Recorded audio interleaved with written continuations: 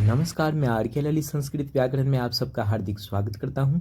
ललित संस्कृत व्याकरण के क्रम में यह लट लकार का दूसरा भाग है। संस्कृत व्याकरण लट लकार भाग 1 में हमने देखा कि लट लकार के 9 तीन प्रत्यय कौन कौन से हैं तथा इनके योग से विभिन्न धातुओं के रूप लट लकार के तीनों पुरुष और तीनों वचनों में किस प्रकार लिखे जाते हैं। संस्कृत व्याकरण के क्रम में लट लकार के इस दूसरे भाग में हम कुछ और धातुओं के रूप लट लकार के तीनों पुरुष और तीनों वचनों में लिखना सीखेंगे। इसके साथ ही लट लकार पर आधारित कुछ प्रश्नोत्तर का भी अभ्यास करेंगे। तो आइए, प्रस्तुत है आपके सामने संस्कृत व्याकरण के क्रम में लट लकार का यह दूसरा भाग।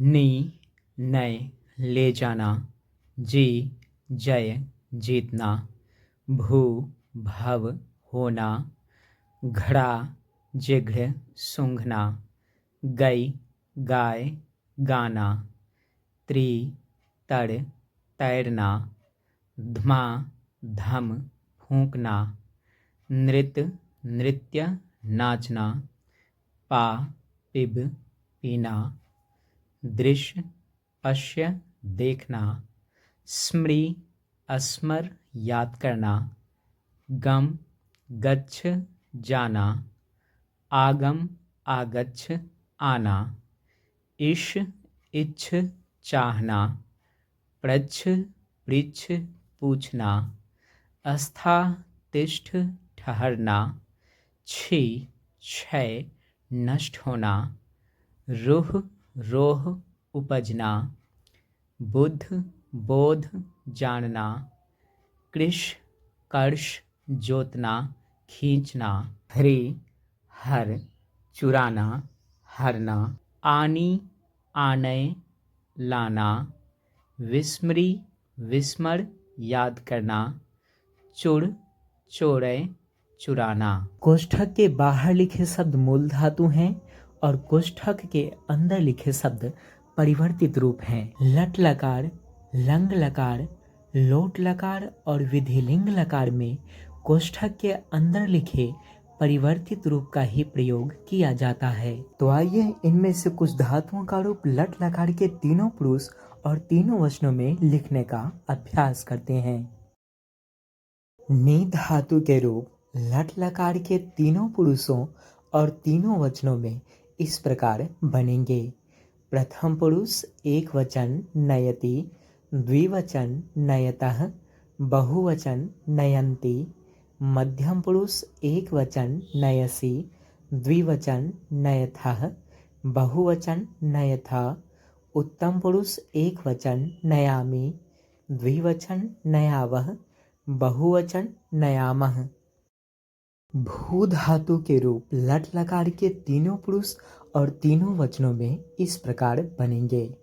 प्रथम पुरुष एक वचन भवति, द्विवचन भवतः, बहुवचन भवन्ति, मध्यम पुरुष एक वचन भवसि, द्विवचन भवथः, बहुवचन भवथा, उत्तम पुरुष एक वचन भवामि, द्विवचन भवावः, बहुवचन भवामः। ध्यान दीजिए कि भू धातु का रूप लिखने के लिए कोष्ठक के अंदर लिखे भव शब्द का प्रयोग किया गया है।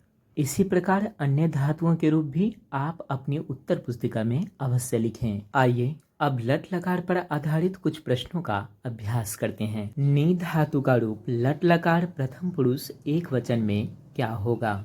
उत्तर नयति। जी धातु का रूप लट लकार प्रथम पुरुष एक वचन में क्या होगा? उत्तर जयति।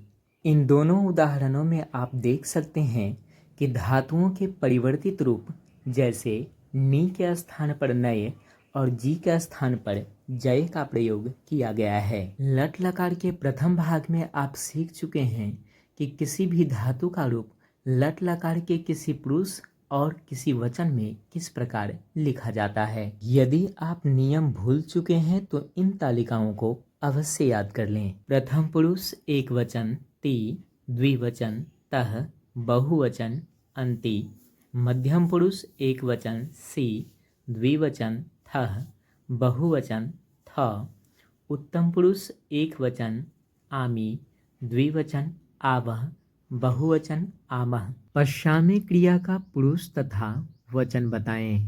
पश्यामि शब्द के अंत में आमि या मी जुड़ा हुआ है, जो कि उत्तम पुरुष एक वचन का प्रत्यय है, इसलिए इस प्रश्न का उत्तर उत्तम पुरुष एक वचन होगा। प्रच्छथा क्रिया का पुरुष तथा वचन बताएं। प्रच्छथा के अंत में थ जुड़ा हुआ है, जो कि मध्यम पुरुष बहुवचन का प्रत्यय है, अतः इस प्रश्न का उत्तर मध्यम पुरुष बहुवचन होगा। आशा है कि इन उदाहरणों को देखकर आप यह समझ गए होंगे कि लट लकार में लिखे किसी क्रियाओं का पुरुष और वचन किस प्रकार बताया जाता है। द्रक्ष्यन्ति क्रिया का पुरुष तथा वचन बताएं। द्रक्ष्यन्ति शब्द के अंत में अंति का प्रयोग हुआ है, जो कि प्रथम पुरुष बहुवचन का प्रत्यय है, अतः इस प्रश्न का उत्तर प्रथम पुरुष बहुवचन होगा। गच्छथः क्रिया का पुरुष तथा वचन बताएं। गच्छथः शब्द के अंत में थः जुड़ा हुआ है, जो कि मध्यम पुरुष द्विवचन का प्रत्यय है, अतः इस प्रश्न का उत्तर मध्यम पुरुष द्विवचन होगा। पश्यन्ति क्रिया का मूल धातु क्या है? पश्यन्ति क्रिया में अंति से पहले पश्य लिखा है, जो दृश्य का परिवर्तित रूप है, अतः पश्यन्ति क्रिया का मूल रूप या मूल धातु दृश्य है।